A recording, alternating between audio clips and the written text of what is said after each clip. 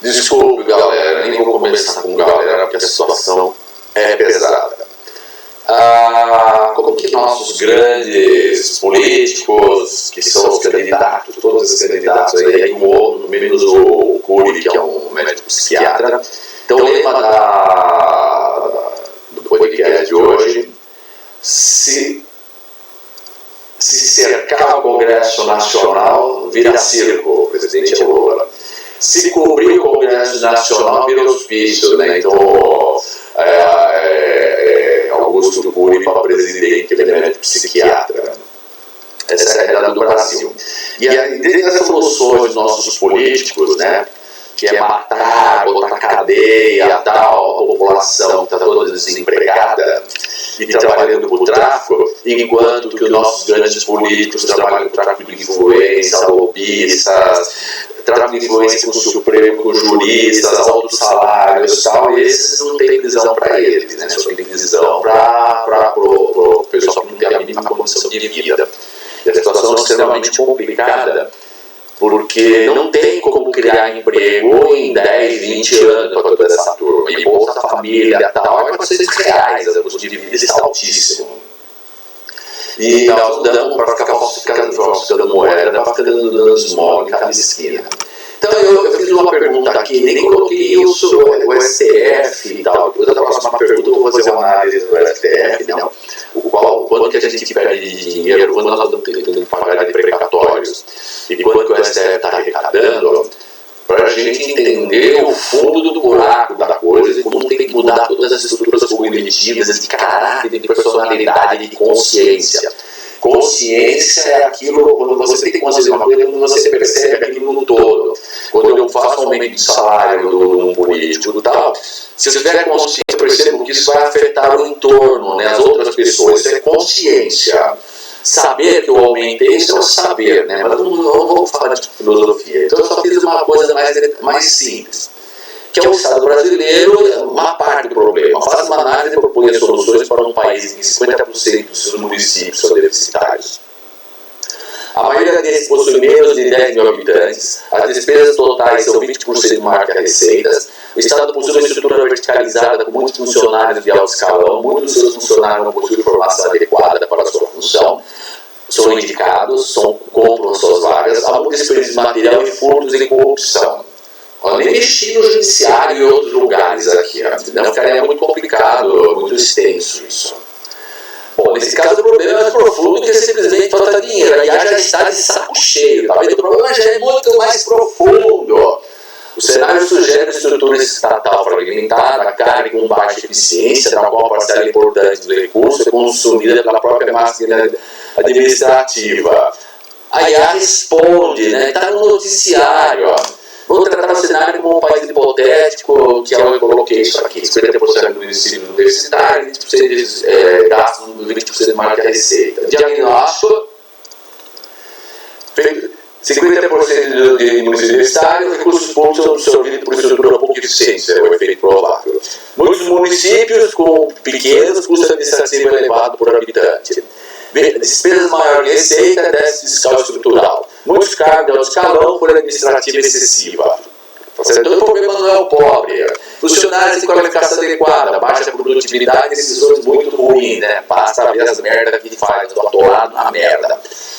Tá certo? As favelas crescendo, desperdício de água, luz e assim vai por diante. Desperdício de materiais, aumenta artificialmente o custo do serviço. Serviço muito caro do Estado. O Estado é improdutivo, é caro. Furtos e corrupção, recursos deixam de chegar à população. Por mais importante é perceber que esses problemas se reforçam mutuamente, né? Está no noticiário, não enche o saco aí, já está dizendo para mim. Município pequeno, pouca arrecadação, dependência de transferência, estrutura administrativa, grande, baixa produtividade, déficit, necessidade de mais transferência. Aí cria um círculo vicioso fiscal. Não é só o INSS, né? O que nós contribuímos. É a Santa Casa, da Misericórdia da Corrupção, né? O problema do município muito pequenos. Um município de 1.000 habitantes, ele tem prefeito, vice-prefeito, vereadores, secretarias de administração, de educação, de saúde, contabilidade, procuradoria, compra, fiscalização, infraestrutura, assistência social, recurso humano, tecnologia, controle interno. Não tem como como sustentar isso? E toda essa estrutura aqui possui custos fixos, né? Não dá para você cortar o custo. Uma cidade com 5 mil habitantes não necessariamente precisa de uma estrutura administrativa 20 vezes menor que uma cidade de 100 mil habitantes. Tem o prefeito, o vereador. Isso gera uma questão econômica, a economia de escala. Serviço público pode ser produzido com menor custo médio quanto compartilhado com uma população maior.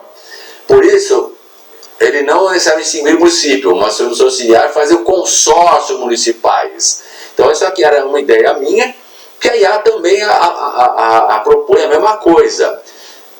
Não dá para criar um hospital, criar um centro de saúde para cada município de 10 mil habitantes. Para 200 mil, 400 mil, não dá para fazer isso.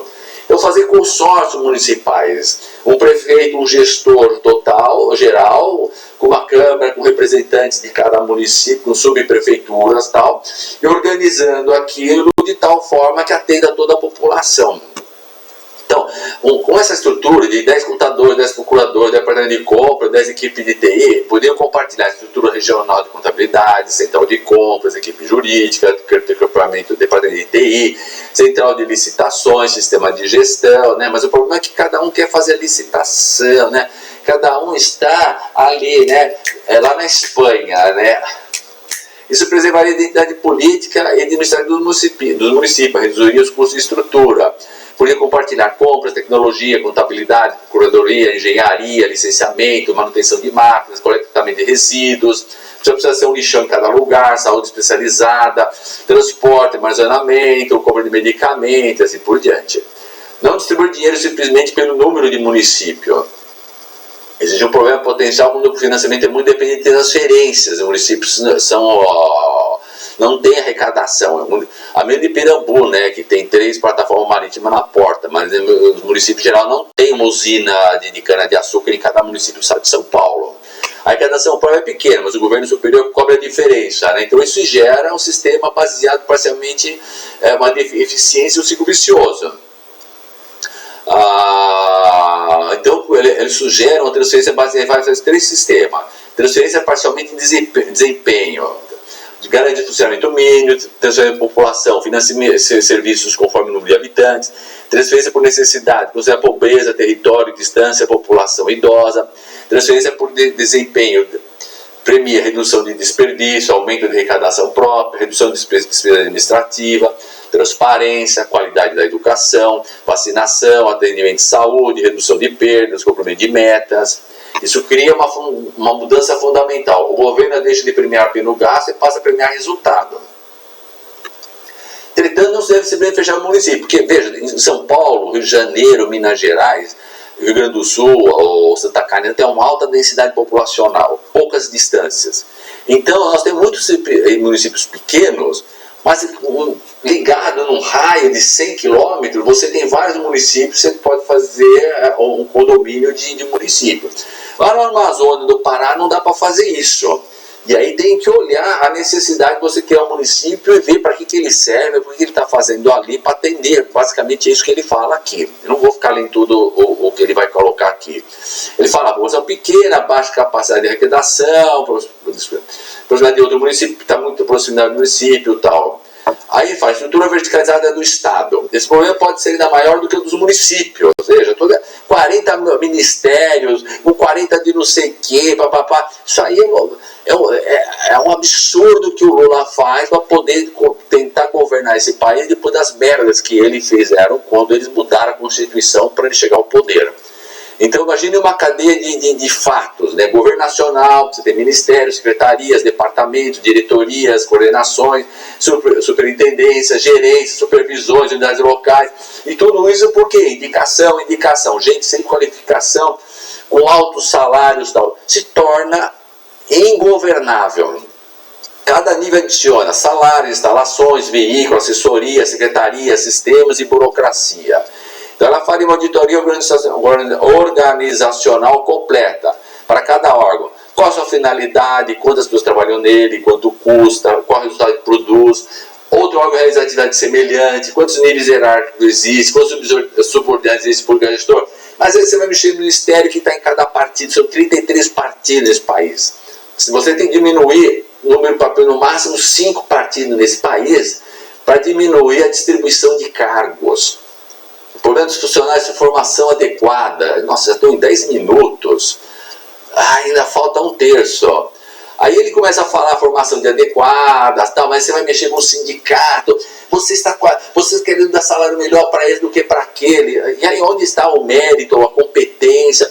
Mas o cara não, você vai fazer curso. Aí o cara não consegue aprender o verbo to be, aí não aprende o espanhol, ele não aprende informática, aí entra o sindicato. Eu nem vou entrar nesse assunto, vou entrar depois. Todos os problemas que ocorrem no serviço público, principalmente o sindicalismo, que afeta toda a gestão. Cargos de alto escalão, combate à corrupção, isso aí eu vou entrar depois, porque aí nós vamos ter que dar furto e desperdício. Veja, está tudo isso no sistema.